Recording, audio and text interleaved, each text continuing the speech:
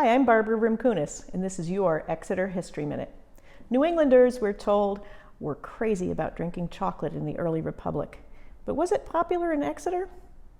We can thank the people of the Western Hemisphere for chocolate. Cacao was grown in Mesoamerica for thousands of years before the Spaniards arrived there in the 16th century.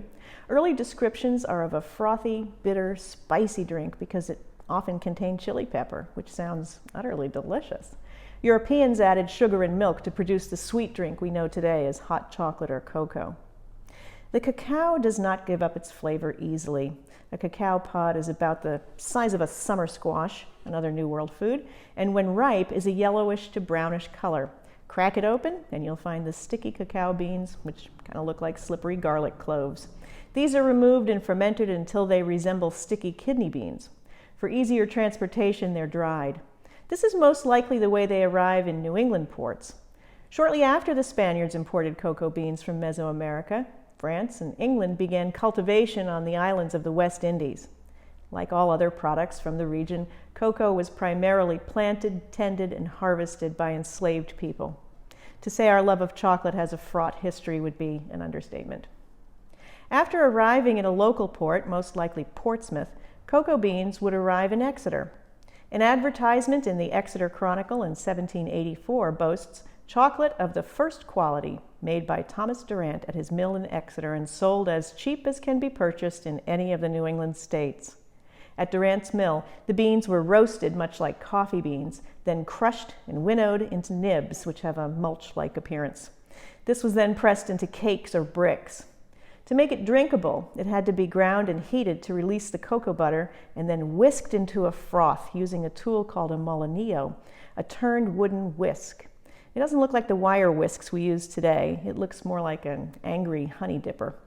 Traditional to Mexico, they're hand-carved and meant to be used by rapidly spinning it between the palms of the hands. You can do the same thing with a wire whisk, but it's less historic.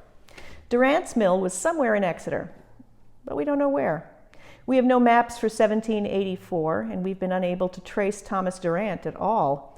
However, in 1796, Thomas Dwight, the president of Yale College, came through town and wrote about all the kinds of mills on Little River, including grist mills, saw mills, oil mills, fulling mill, even a paper mill, and 2 chocolate mills. Exeter's chocolate mills are also mentioned in the Exeter Gazetteer, published in 1797 by Jedediah Morse. Exeter's earliest accurate map, made in 1802 by Phineas Merrill, lists many mills on Little River, but fails to mention what was being produced at them.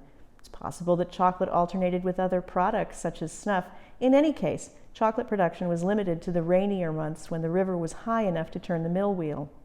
Early into the 19th century, there are no longer any mentions of chocolate mills in Exeter. In 1818, Joseph Fernald recorded transporting chocolate for James Smith from Portsmouth to Exeter by Gundalow. It arrived in a bundle, which sounds less like a sack of cocoa beans and more like a package of processed chocolate cakes or bricks. Try making hot chocolate from scratch sometime. There are plenty of recipes online.